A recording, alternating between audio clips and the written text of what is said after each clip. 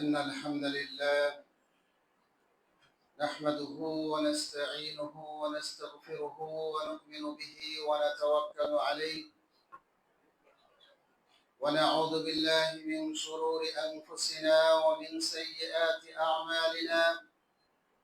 من يهده الله فلا مضل له ومن يضلل فلا هادي له، وأشهد أن لا إله إلا الله وحده لا شريك له، وأشهد أن محمدا عبده ورسوله. أما بعد، فإن خير الحديث كتاب الله، وخير الهدي هدي محمد صلى الله عليه وسلم، وشر الأمور محدثاتها، وكل محدثة بدعة، وكل بدعة ضلالة، وكل ضلالة في النار. أعوذ بالله من الشيطان الرجيم. بسم الله الرحمن الرحيم. يا أيها الناس اتقوا ربكم الذي خلقكم من نفس واحدة وخلق منها زوجها وبث منهما رجالا كثيرا ونساء، واتقوا الله الذي تساءلون به والأرحام إن الله كان عليكم رقيبا. يا أيها الذين آمنوا اتقوا الله حق تقاته ولا تموتن إلا وأنتم مسلمون। আলহামদুলিল্লাহ, সমস্ত প্রশংসা গুণগান সেই মহান রব্বুল আলামিনের জন্য, যার বিশেষ দয়ায় রহমতে আমরা বছরের সবচেয়ে গুরুত্বপূর্ণ মর্যাদাবান মাস রমজান মাস অতিবাহিত করতে পারছি আমরা আমাদের ইবাদতের মধ্য দিয়ে। এজন্য আমরা শুকর আদায় করছি, আলহামদুলিল্লাহ। সালাত এবং সালাম করছি আমাদের প্রিয় নবী মুহাম্মদ রাসূলুল্লাহ সাল্লাল্লাহু আলাইহি সাল্লামের প্রতি। অতঃপর সম্মানিত মুসল্লিবৃন্দ, জুমার দিন মুসলমানদের সাপ্তাহিক ঈদের দিন। এদিনে রাসূলুল্লাহ সাল্লাল্লাহু আলাইহি সাল্লাম মসজিদের মেম্বার থেকে গুরুত্বপূর্ণ নসিহত, দিক নির্দেশনা দিতেন। তো তাই ধারাবাহিকতায় আজকেও আমরা গুরুত্বপূর্ণ কিছু বিষয় নিয়ে আমরা আলোচনা করব। আল্লাহ সুবহানাহু ওয়া তাআলা আমাদের সকলকে আলোচনা মনোযোগ সহকারে শোনার এবং তার উপরে আমল করার তৌফিক দান করুন, আল্লাহুম্মা আমিন। সম্মানিত মুসল্লিবৃন্দ, আমরা সবাই জানি যে রমজান মাস ইবাদতের মাস। রমজান মাস যত প্রকার ভালো কাজ আছে সমস্ত ভালো প্রকারের মাস। আমরা আজকে 16তম রমজান, শুরু থেকে নিয়ে বিভিন্ন ইবাদত, সিয়াম, ফরজ সালাত, তারাবিহ, আল ইনফাক ফি সাবিলিল্লাহ, আল্লাহর রাস্তায় খরচ, এই ধরনের ইবাদতগুলোর সাথে আমরা জড়িত আছি। এই রমজান মাসের মধ্যে শেষ যে দশক, এই দশকের গুরুত্ব রমজান মাসের মধ্যে সবচেয়ে বেশি। এজন্য মা আয়েশা রাদিয়াল্লাহু তাআলা আনহা বলছেন যে কানা নবী সাল্লাল্লাহু আলাইহি ওয়াসাল্লাম ইয়াজতাহিদু ফিল আশরিল আওয়াখির মিন রমাদান মা লা ইয়াজতাহিদু ফি গায়রি। নবী সাল্লাল্লাহু আলাইহি ওয়াসাল্লাম রমজানের শেষ দশকে যত প্রচেষ্টা করেছেন সেটা অন্য কোন সময় করেন। এবং মা আয়েশা রাদিয়াল্লাহু তাআলা আনহা আরো আমাদেরকে জানাচ্ছেন যে ইদা দাখালা আল আশরুল আওয়াখির, যখন এই শেষ দশকের আগমন ঘটতো, নবী সাল্লাল্লাহু আলাইহি সাল্লাম কি করতেন? শাদ্দা মিযরা, তিনি তার লঙ্গিকে শক্তভাবে বাঁধতেন। এটা তার উদ্দেশ্য। যারা হাদিস বিশারদ তারা ব্যাখ্যা করেছেন দুটি ব্যাখ্যা। একটি হলো যে এই শেষ দশকে তিনি তার স্ত্রীদের সঙ্গ ত্যাগ করতেন, বিছানা ত্যাগ করতেন, তাদের সাথে মেলামেশা ত্যাগ করতেন। আরেকটি ব্যাখ্যা হলো যে তিনি এই 10 দিনের জন্য ব্যাপক প্রস্তুতি নিতেন, ইবাদতের জন্য ব্যাপক প্রস্তুতি স্বরূপ তিনি তার লুঙ্গি শক্ত করে বাঁধতেন। আমরা যখন কোনো শক্ত কাজ, ভারী কাজ করতে যাই, তখন আমরা কি করি? কাপড় চোপড় ভালো করে ঠিকঠাক করে নিই। এটা আপনার ইঙ্গিতে বলা হয়েছে হাদিস। এরপরে এই শেষ দশক আসলে তিনি আর কি করতেন? শাদ্দা মিজারাহু ওয়া আহইয়া লাইলা, তিনি এই রাত্রে জাগরণ থাকতেন, রাতকে জীবিত রাখতেন, মৃত রাখতেন না। অর্থাৎ তিনি এই রাত্রে ঘুমাতেন না, সারা রাত ইবাদত বন্দেগীতে কাটিয়ে দিতেন, যেটা অন্য কোনো দশকে বা অন্য কোনো মাসের কোনো সময়ে তিনি রাত্রে তাহাজ্জুদ সালাত পড়েছেন। আমরা জানি রাত্রের অর্ধাংশ অথবা অর্ধেকের বেশি বা 3 ভাগের 1 ভাগ তিনি রাত্রের ইবাদতে কাটিয়েছেন, কিন্তু এই শেষ দশকে তিনি পুরো রাত ইবাদত বন্দেগীতে কাটিয়েছেন। আইকাযা আহলাহু, এবং তিনি একাকী শুধু ইবাদত বন্দেগীতে কাটান, বরং তিনি তার পরিবারের যে সদস্য আছে তাদের সকলকে নিয়ে তিনি এই রাত্রে জাগরণ করেছেন। তাহলে বোঝা যাচ্ছে যে এই রাত্রের এই শেষ দশকের গুরুত্ব কত বেশি। সম্মানিত মুসল্লিবৃন্দ, কেন তিনি এই শেষ দশককে এত গুরুত্বপূর্ণ বা এত গুরুত্ব দিলেন? আল্লাহ রাব্বুল আলামিন বলছেন, লাইলাতুল কদরি খায়রুম মিন আলফি শাহর, যে কদরের রাত 1000 মাসের চেয়ে উত্তম। আমরা 1000 মাস যদি হিসাব করি তাহলে দেখতে পাই যে 83 বছর 4 মাস, প্রায় 1000 খায়রুম মিন আলফি শাহর, 1000 মাস সমান হচ্ছে 83 বছর প্রায় 4 মাস। এই 83 বছর 4 মাস সালাত, সিয়াম, যাকাত, যত ইবাদত আছে সকল ইবাদত করে আপনি যে পূর্ণ হাসিল করতে সক্ষম হবেন। 83 বছর পর্যন্ত যাওয়া অনেকের জন্য কঠিন হয়ে যায়। খুব কম সংখ্যক লোকই আছে যারা 83 বছর বয়স বর্তমানে পাচ্ছে, তার আগেই শেষ। এই 83 বছর ইবাদত বন্দেগী করে যে সওয়াবের ভান্ডার আপনার হবে, তার চেয়ে এই একটা রাত্রি লাইলাতুল কদরে যদি আপনি ইবাদত বন্দেগী করেন তাহলে সেই 83 বছর 4 মাসের চেয়ে বেশি উত্তম। সুবহানাল্লাহ। তারা বোঝা যাচ্ছে যে লাইলাতুল কদর কত মর্যাদাপূর্ণ একটি রাত্রি। এই লাইলাতুল কদর এই শেষ দশকের কোন একটা রাত্রে সংগৃহীত হয়ে থাকে।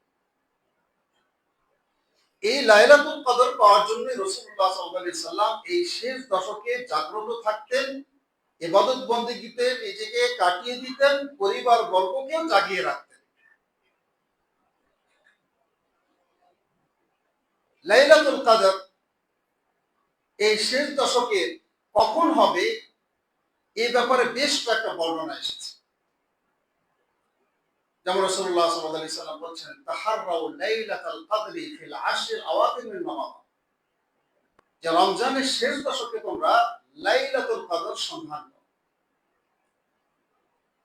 আরেকটি হাদিসে এসেছে, তাহাররাউ লাইলাতাল কদরি ফিল বিত্রি মিনাল আশরিল আওয়াখির মিন রমাদান, রমজান মাসের শেষ দশকের যে বেজর দিনগুলো আছে, বেজর রাত্রি, অর্থাৎ 21, 23, 25, 27, 29, এই বেজর রাত্রিগুলোতে তোমরা লাইলাতুল কদর সন্ধান করো। আবার কোন কোন বর্ণনায় আপনার 27 তারিখের কথা এসেছে, 27, 29 তারিখের কথা এসেছে, 25, 27, 29 তারিখের কথা এসেছে। তো উলামায়ে কেরাম এই হাদিসগুলোকে সমন্বয় করে বলেছেন যে লাইলাতুল কদর সংঘটিত হওয়ার সমূহ সম্ভাবনা হচ্ছে শেষ দশকের বেজর রাত্রি। এই জন্য শেষ দশকের বেজর রাত্রিগুলোতে যদি আমরা এই লাইলাতুল কদরকে সন্ধান করি, তাহলে আমাদের পাওয়ার সম্ভাবনা খুব বেশি। তবে পুরো 10 দিনই যদি কেউ লাইলাতুল কদর সন্ধান করে, তাহলে আর তার মিস যাওয়ার কোনো সুযোগ নাই। এই জন্য রাসূলুল্লাহ সাল্লাল্লাহু আলাইহি সাল্লাম বিভিন্ন বর্ণনা দিয়ে শেষে কি বলেছেন, তাহাররাউ লাইলাতাল কদরি ফিল আশরিল আওয়াখির মিন রমাদান, যে পুরো শেষ দশকই তোমরা লাইলাতুল কদর কি করো, সন্ধান। তাহলে আর কোনো অসুবিধা এখানে থাকছে না। সম্মানিত মুসল্লিবৃন্দ, এই লাইলাতুল কদর এত সম্মানিত, এত মর্যাদাপূর্ণ হওয়ার পিছনে কারণটা কি? আমরা সূরাতুল কদর সবাই পড়েছি। আল্লাহ সুবহানাহু ওয়া তাআলা প্রথমেই বলছেন, ইন্না আনজালনাহু ফি লাইলাতিল কদর। ইন্না আনজালনাহু, নিশ্চয় আমি এটি, অর্থাৎ আল কোরআনুল কারীম নাজিল করেছি। কখন? লাইলাতুল কদর। লাইলাতুল কদরে আমি কোরআন নাজিল করেছি। তাহলে কোরআন নাজিল হওয়ার কারণে এই রাতটি কি হয়েছে? বছরের সবচেয়ে সম্মানিত রাত হিসেবে গণ্য হয়েছে। তো তাহলে এই কোরআন আপনার এই রাত্রে নাজিল হয়েছে, এর অর্থ হলো যে লাউহে মাহফুজ থেকে পুরো কোরআন আপনার শেষ আসমানে বাইতুল ইজ্জা নামে একটা জায়গা আছে।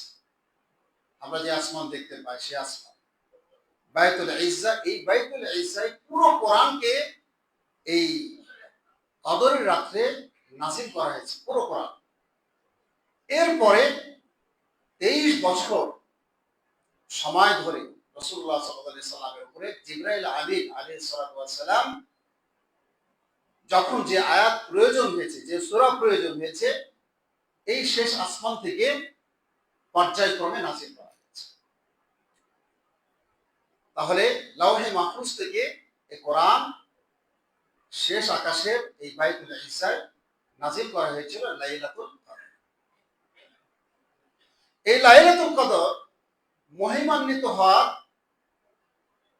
আরেকটি কারণ হলো, আল্লাহ সুবহানাহু ওয়া তাআলা বলছেন, তানাজ্জালুল মালাইকাতু ওয়ার রূহু ফিহা বিইذনি রাব্বিহিম মিন কুল্লি আমর।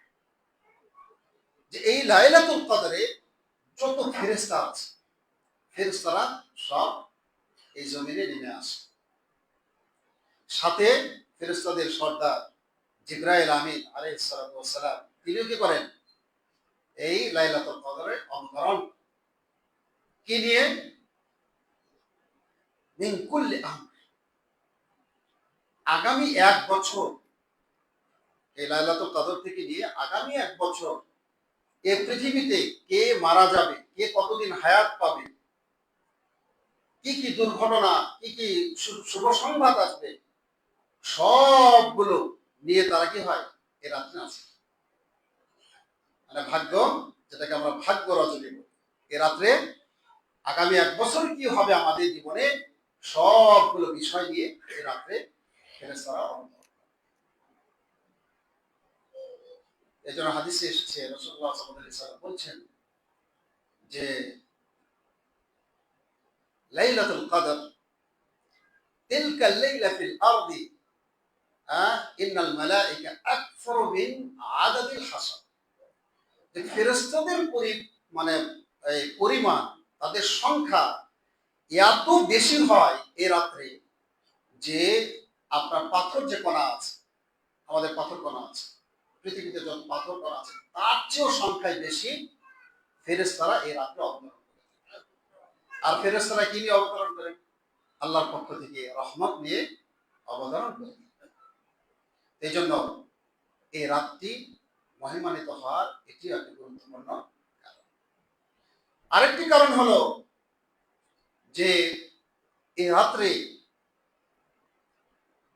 সর্বত্র, ব্যক্তি জীবন থেকে নিয়ে শুরু করে সামাজিক সর্বত্র আপনার শান্তি বিরাজ, কোনো অশান্তি থাকে না এই রাতে, এবং শয়তানও কোনো ওয়াসওয়াসা দিতে পারে না,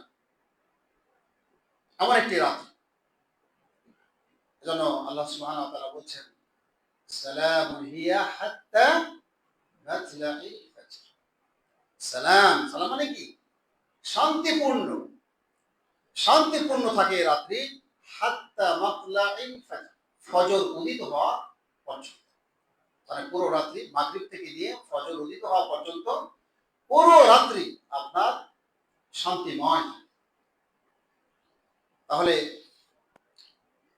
এই রাত মহিমান্বিত হওয়ার আরেকটি কারণ হলো যে এই রাত্রি শান্তিময়, কোনো অশান্তি নাই।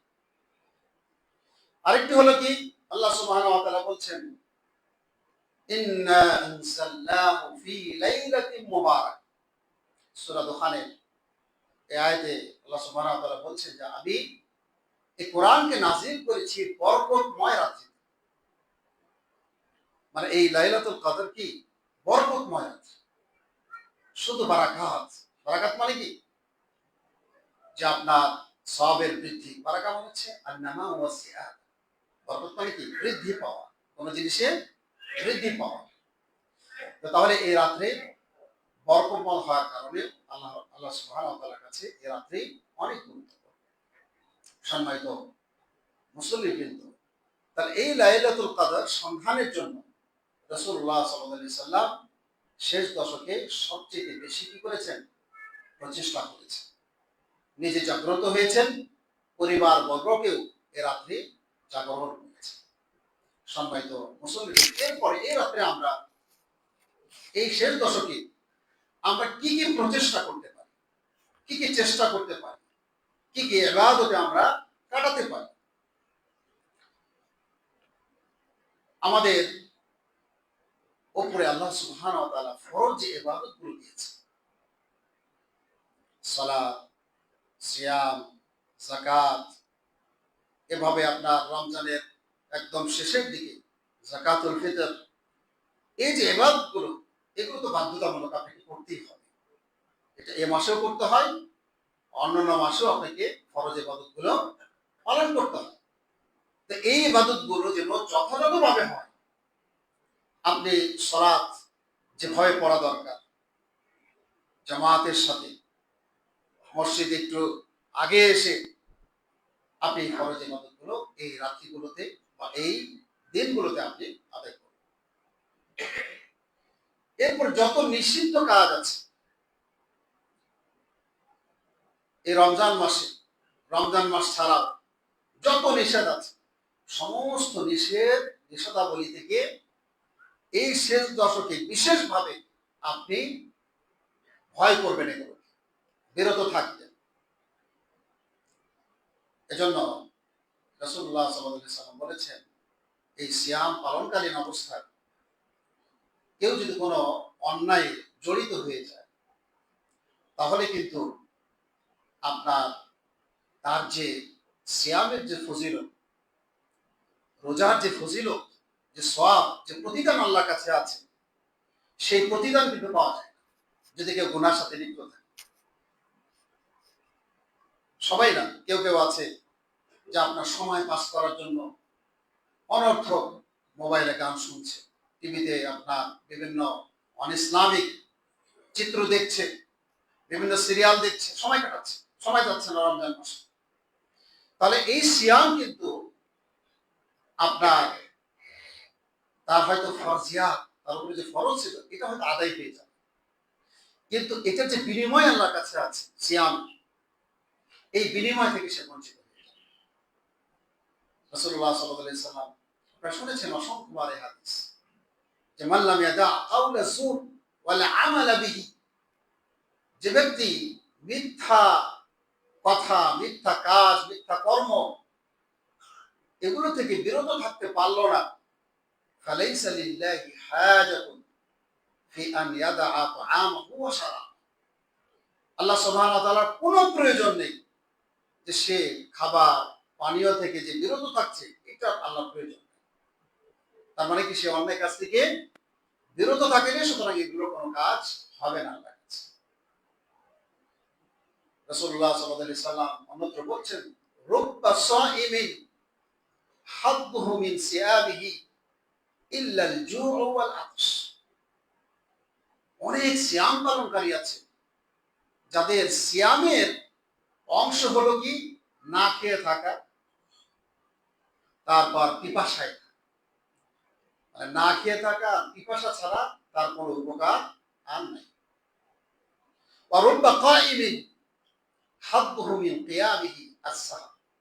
আবার কিছু কিছু কিয়ামকারী আছে, রাতে যারা ইবাদত করে, হয়তো ইখলাসের সাথে করছে না, আল্লাহর জন্য যেভাবে করা উচিত সেভাবে করছে না, যার কারণে রাত্রি জাগরণটাই শুধু তার হয়ে থাকে, এই রাত্রের ইবাদত তার কোনো কাছে আসে না। সম্মানিত মুসলিমবৃন্দ, এই জন্য আমাদের ইবাদত পালনের ক্ষেত্রে, ফরজ ইবাদত পালনের ক্ষেত্রে এবং বিভিন্ন অন্যায় অনাচার থেকে বিরত থাকার ক্ষেত্রে সর্বোচ্চ সতর্কতা অবলম্বন করতে হবে, বিশেষ করে এই শেষ বছর যেটা আমাদের সামনে অপেক্ষমান। সম্মানিত মুসলিমবৃন্দ, এরপরে আপনার ফরজ ইবাদতের পাশাপাশি আরো বেশ কিছু নফল ইবাদত আছে, যে ইবাদত গুলো নবী সাল্লাল্লাহু আলাইহি সাল্লাম স্বয়ং এই শেষ দশকে বেশি বেশি করেছে। এর ভিতরে একটা হলো যেটা আমি বললাম, ইহইয়াউল লাইল, রাত্রি জাগরণ করা, এটা আলোচনা হয়ে গেছে। দ্বিতীয়ত হচ্ছে আল ইকসারু মিন কিরাআতিল কুরআন, বেশি বেশি কোরআন তেলাওয়াত করতে হবে। রাসূলুল্লাহ সাল্লাল্লাহু আলাইহি সাল্লাম বলছেন, মান ক্বারাআ হারফান মিন কিতাবিল্লাহ ফালাহু আশরু হাসানাত, যে ব্যক্তি কোরআনের একটা হরফ পড়বে, একটা হারফ, তার জন্য 10টা নেকি আছে। সুবহানাল্লাহ। এরপর রাসূলুল্লাহ সাল্লাল্লাহু আলাইহি সাল্লাম বলছেন, লা আকুলু আলিফুন লাম, আলিফ লাম মিম হারফুন, বাল আলিফুন হারফুন ওয়া লামুন হারফুন ওয়া মিমুন হারফুন। আমরা অনেক সূরা শুরুতে দেখব, সূরা বাকারা শুরুতে কি আছে? আলিফ লাম মিম যালিকাল কিতাবু লা রাইবা ফীহ। এই যে প্রথমে আলিফ লাম মিম, তো আল্লাহ রাসূল বলছেন যে আমি বলছি না যে আলিফ লাম মিম এটা একটা হরফ, বরং আলিফ একটা হরফ, মিম একটা হরফ, লাম একটা হরফ, এবং আলাদা আলাদা হরফের জন্য 10টা করে দিই। সুবহানাল্লাহ। এবং প্রত্যেক ভালো কাজের বিনিময় আল্লাহ সুবহানাহু ওয়া তাআলা 10 থেকে নিয়ে 700 গুণ পর্যন্ত দিতে পারে। এটা আল্লাহর হাতে, যার জন্য তিনি পছন্দ করবেন যেটা সেটা নির্ধারণ করে থাকেন। এই জন্য এই রমজান মাসে যদি আমরা কোরআন তেলাওয়াতটা বেশি বেশি করতে পারি, তাহলে আমরা এই বিশাল মর্যাদার অধিকারী হতে পারব। রাসূলুল্লাহ সাল্লাল্লাহু আলাইহি সাল্লাম এই রমজান মাসে জিবরাইল আমিন আলাইহিস সালাতু ওয়াস সালাম এসে প্রত্যেক রাতে পরস্পরে কোরআন একজন আরেকজনকে শোনাতেন, পুরো 30 খতম দিতেন। এবং যে বছর তিনি মারা যান, সেই বছরের যে রমজান, সেই রমজানে 2বার খতম দিয়েছে জিবরাইল আমিন আলাইহিস সালাতু ওয়াস সালাম। এই জন্য কোরআন আমাদেরকে সর্বোচ্চ গুরুত্ব দিয়ে তেলাওয়াত করতে হবে এই রাতে বিশেষ।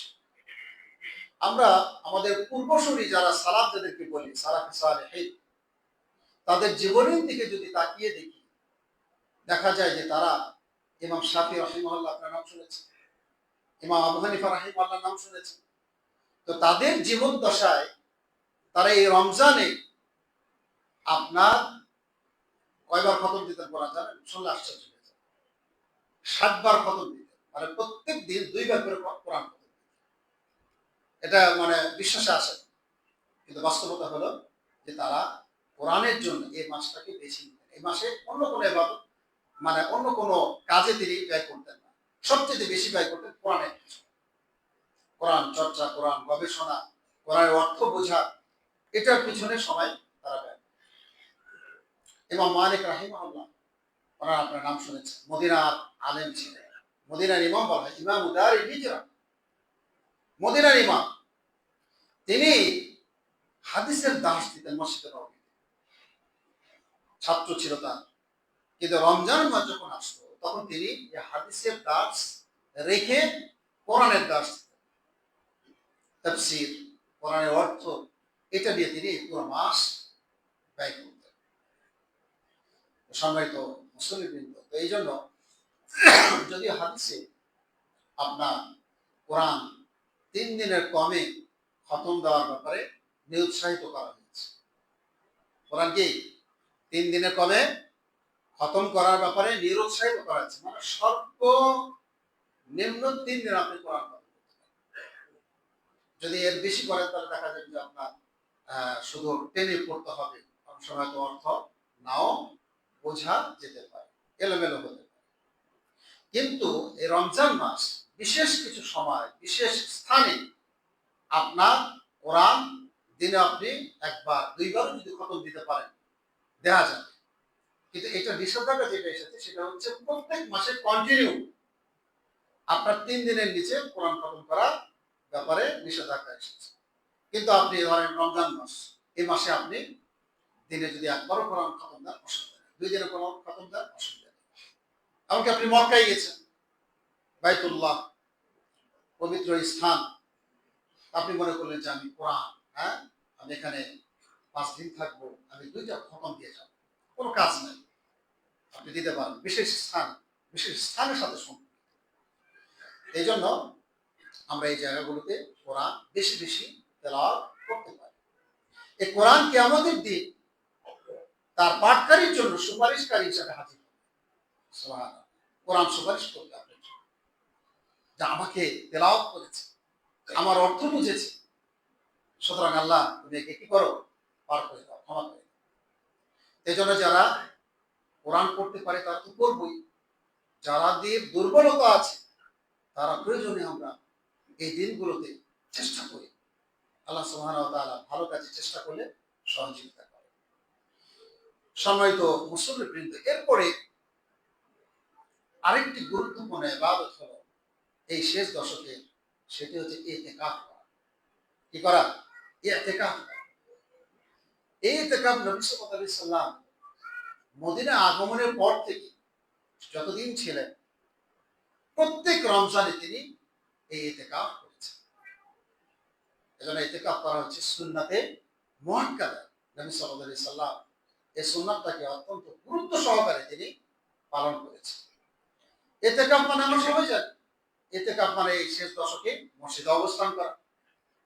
মসজিদে অবস্থান করে আপনার যে ইবাদতগুলো আছে সেই ইবাদতগুলোর মধ্যে দিয়ে সময় অতিবাহিত করা। দুনিয়ার যে কাজকর্ম আছে সেগুলোর সাথে সম্পর্ক বিচ্ছিন্ন করে আল্লাহ সুবহানাহু ওয়া তাআলার সাথে সম্পর্কটা গাঢ় করা। এতে করে আরো অনেক বিধিবিধান আছে। এই রমজান মাসের শেষ দশকে নবী সাল্লাল্লাহু আলাইহি সাল্লাম ইতিকাফ করার পিছনে একটি গুরুত্বপূর্ণ কারণ হলো যে এই লাইলাতুল কদর যেন কি না হয় মিস। কারণ মসজিদে যদি থাকে তাহলে মসজিদে আপনি যতক্ষণ থাকবেন আপনার হৃদয়টা ঠান্ডা থাকে, নরম থাকে, ইবাদত করতে মন চায়, কোরআন পড়তে মন চায়, জিকির করতে মন চায়, কোরআন তেলাওয়াত করতে মন চায়, ইস্তেগফার, দোয়া এগুলো করতে মন চায়। এজন্য আপনি যখন 24 ঘন্টা মসজিদের ভিতরে থাকবেন তখন আপনার ইবাদতের প্রতি আপনার আগ্রহটা সবচেয়ে বেশি থাকে। এজন্য যাদের সুযোগ আছে, সময় আছে, তারা এই ইবাদত থেকে বঞ্চিত হবেন না। কারণ লাইলাতুল কদর যে নাকি পাবে না, যে নাকি অনুসন্ধান করবে না, সে কিন্তু আসলে আল্লাহর রহমত থেকে বঞ্চিত হয়ে যাবে। রাসূলুল্লাহ সাল্লাল্লাহু আলাইহি সাল্লাম কি বলছেন যে যে ব্যক্তি এই লাইলাতুল কদর থেকে মাহরুম হবে সে পুরো কল্যাণ থেকে মাহরুম হবে। আর এই লাইলাতুল কদর থেকে মাহরুম ওই ব্যক্তি হয় যে নাকি মাহরুম, যে নাকি আল্লাহর রহমত থেকে বঞ্চিত। এজন্য লাইলাতুল কদর আপনার জন্য ফরজ নয় ইতিকাফ করা, কিন্তু ইতিকাফ করলে লাইলাতুল কদর পাওয়াটা আপনার জন্য খুবই সহজ হয়ে যাবে। এই জন্য আমরা আমাদের পারতপক্ষে এই ইবাদতের সাথে নিজেদেরকে সম্পৃক্ত করার চেষ্টা করব। আল্লাহ সুবহানাহু ওয়া তাআলা আমাদের সবাইকে তৌফিক দান করুন এ ধরনের ইবাদতে সম্পৃক্ত হওয়ার। ইতিকাফ আরেকটি বিধান মাসলা বলে দিই আপনাদেরকে। আমরা জানি যে ইতিকাফ আসলে রমজান মাসের শেষ দশকেই যে ইতিকাফ সেটাই ইতিকাফ, এছাড়া কিন্তু ইতিকাফ আছে। আপনি অন্য মাসে আপনি ইতিকাফ মানে কি? দুনিয়ার সাথে সম্পর্ক বিচ্ছিন্ন করে আপনি আল্লাহর সাথে নির্দিষ্ট একটা সময়ে কি করবেন, সম্পর্ক তৈরি করবেন, যে ওই সময় শুধু ইবাদত বুদ্ধি করবেন। আপনি নিয়ত করেছেন যে আমি আজকে সারাদিন রাত মসজিদের ভিতর থেকে শুধুমাত্র আল্লাহ সুবহানাহু ওয়া তাআলার ইবাদত বুদ্ধিতে কাটিয়ে দেবেন। এটা কিন্তু আপনি কি হবে, এটা নামে ইতিকাফ। আপনি হয়তো 5 ঘন্টার জন্য, 2 ঘন্টার জন্য, এগুলো দলিল আছে। আব্দুল্লাহ ইবনে ওমর রাদিয়াল্লাহু তাআলা উনি জাহেলি যুগে মক্কায় একদিন এক রাতের ইতিকাফের নিয়ত করেছিলেন। নিয়ত করেছেন হচ্ছে নজর করেছিলেন। আপনারা নজর জানেন, মান্নত মানা যেটাকে আমরা বলি বাংলায়। এই মান্নত মেনেছিলেন আব্দুল্লাহ ইবনে ওমর রাদিয়াল্লাহু তাআলা। তো নবী সাল্লাল্লাহু আলাইহি সাল্লামের কাছে পরবর্তীতে এসে তিনি বললেন যে আমি জাহিলি যুগে এই বাইতুল্লাহ একদিন এক রাত ইতিকাফ করা কি করেছিলাম, মান্নত করেছিলাম। তখন এটা কি হবে, এটা আমি মান্নত করেছি। আল্লাহ রাসূল বললেন যে আউফি বিনাদি, তুমি তোমার এই নাদার, এই মান্নত কি করো, পুরা করো। তাহলে এই ইতিকাফ একদিন এক রাতও হতে পারে, আপনার নির্দিষ্ট কোনো সময়ের জন্য যে কোনো সময় হতে পারে। তবে ইতিকাফ যেটা রাসূলুল্লাহ সাল্লাল্লাহু আলাইহি সাল্লামের যে শেষ দশকে হয়েছিল সেটা তো আমাদের কাছে সকলের কাছে পরিচিত। এরপরে এই শেষ দশকে যত কল্যাণকর কাজ আছে, সমস্ত কল্যাণকর কাজে সাধ্য অনুযায়ী নিজেকে সম্পৃক্ত করার চেষ্টা করতে হবে। হাদিসে এসেছে রাসূলুল্লাহ সাল্লাল্লাহু আলাইহি ওয়াসাল্লাম কানা রাসূলুল্লাহ সাল্লাল্লাহু আলাইহি ওয়াসাল্লাম আজওয়াদান নাস বিল খায়র।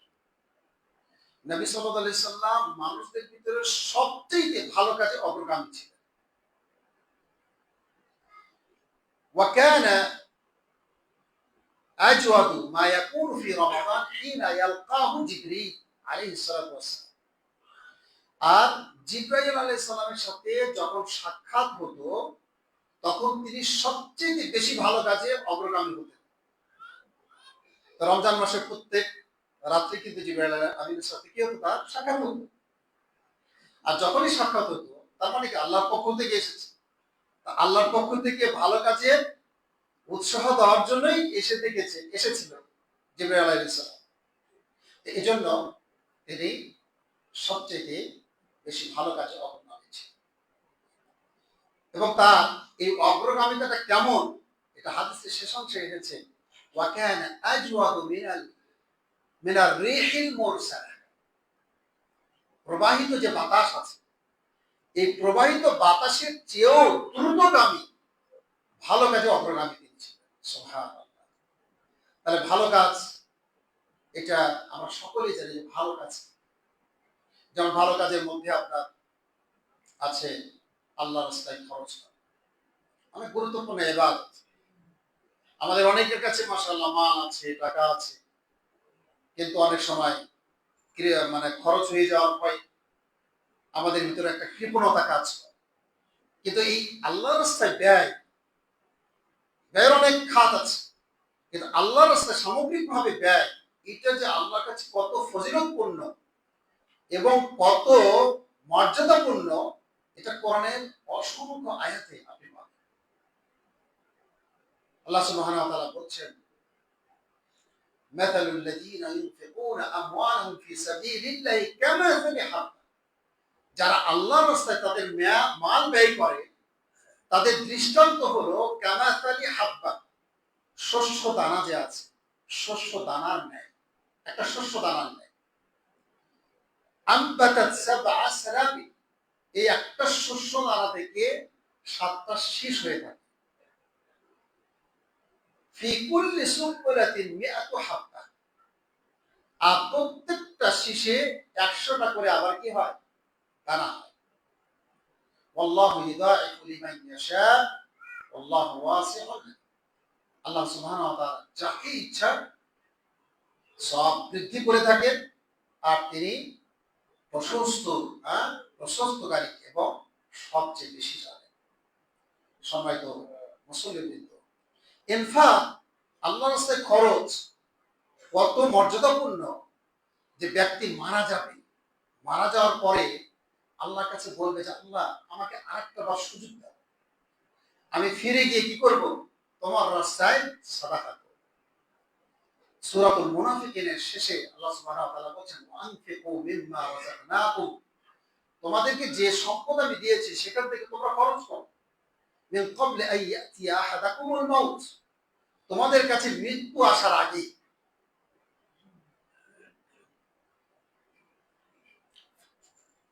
মিন ক্বাবলি আন ইয়াতিয়া আহাদাকুমুল মাউত ফায়াকুলা রাব্বি লাউলা আখখারতানি ইলা আজালিন করিব, এরপরে যখন মৃত্যু হয়ে যাবে তখন ওই ব্যক্তি বলতে থাকবে যে আল্লাহ একটু সুযোগ দাও, একটু সুযোগ দাও, আমাকে আরেকটু অল্প একটু সুযোগ দাও, ফাআসাদদাকা ওয়া আকুম মিনাস সালিহিন, আমি আল্লাহর রাস্তায় সাদকা করে ভালো মানুষদের কাতারে শামিল হয়ে যাব।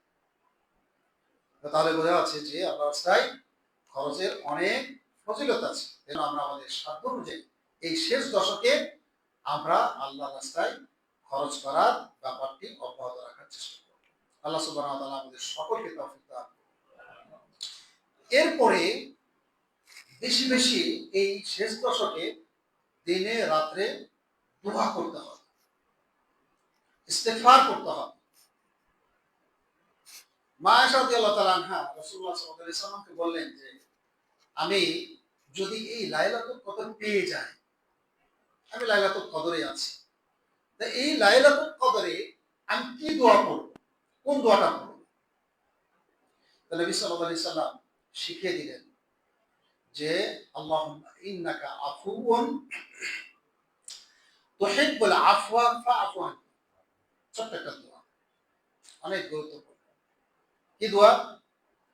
আল্লাহুম্মা ইন্নাকা আফুউন, হে আল্লাহ নিশ্চয় আপনি ক্ষমাশীল, তুহিব্বুল আফওয়া ক্ষমা করতে পছন্দ করেন, ফাআফু আননি সুতরাং আমাকে কি করুন, ক্ষমা করে দিন। এই দোয়াটা আপনার দোয়া ও লাইলাতুল কদরে দিতে হবে। এটা আপনি আপনার পক্ষে যত সম্ভব, যত বেশি বার পড়া সম্ভব আপনি করতে থাকবেন। আল্লাহ যদি ক্ষমা করে দেন আর কিছু তো বাকি থাকে না। আল্লাহ ক্ষমা করে দিলেন কি আপনার রাস্তা খুলে গেল, জান্নাত খুলে গেল। এজন্য আল্লাহর কাছে ক্ষমা চাইতে হবে, কারণ আমরা সকলে কি কুল্লু বানি আদম খাত্তাউ, প্রত্যেক বানি আদম ভুল করে থাকে। ওয়া খায়রুল খাত্তাইন আত-তাওয়াবুন, আর এই ভুলকারীদের মধ্যে তারাই উত্তম যারা নাকি তওবা করে আল্লাহর কাছে ফিরে আসে। তাহলে বোঝা যাচ্ছে যে আমরা সকলেই কম বেশি কি করি, ভুল করি, শয়তানের ওয়াসওয়াসায় পড়ি। এই জন্য আমরা আল্লাহর কাছে বেশি বেশি দোয়া করব, এরা আল্লাহর কাছে বেশি বেশি ক্ষমা চাই। আল্লাহ সুবহানাহু ওয়া তাআলার কাছে যদি কেউ না চায় তাহলে আল্লাহ সুবহানাহু ওয়া তাআলা রাগ করেন। রাসূলুল্লাহ সাল্লাল্লাহু আলাইহি ওয়াসাল্লাম বলেছেন মান লাম ইয়াসআলিল্লাহ ইয়াগদাব আলাইহি, যে আল্লাহর কাছে চায় না আল্লাহ তার উপর রাগ করেন। কিন্তু আমাদের চিত্রটা একটু ভিন্ন। আমাদের কাছে কেউ চাইতে আসলে মন খারাপ হয়, কেন আমার কাছে বারবার চাইতে আসে। কিন্তু আল্লাহ সুবহানাহু ওয়া তাআলা তিনি আপনার রাত্রের যখন 1/3 অতিবাহিত হয় তখন শেষ আসমানে নেমে এসে তিনি বান্দাদেরকে আহ্বান করতে থাকেন, কে ডাকছো আমি তার ডাকে সাড়া দিব, কে চাও কি চাও আমি সে চাওয়াটা পূরণ করব, কে ক্ষমা চাও আমি ক্ষমা করে দিব। একদম ফজর উদিত হওয়া পর্যন্ত আল্লাহ সুবহানাহু ওয়া তাআলা আহ্বান করতে থাকেন প্রত্যেক রাত। এই জন্য আমরা আল্লাহর কাছে বেশি বেশি চাইবো, বেশি বেশি ক্ষমা প্রার্থনা করব, বেশি বেশি টাকা। এবং শুধুমাত্র আল্লাহ কি আপনার জুতার ফিতা একটা নগম একটা উদাহরণ দেওয়া হয়েছে। রাসূলুল্লাহ সাল্লাল্লাহু আলাইহি ওয়াসাল্লাম বলছেন যে তোমার জুতার ফিতারও যদি প্রয়োজন হয়, ফিতা ছিঁড়ে গেছে আপনার জুতার, আর ফিতার প্রয়োজন, তো সেই ফিতার জন্য আপনি কার কাছে চাইবেন? আল্লাহ সুবহানাহু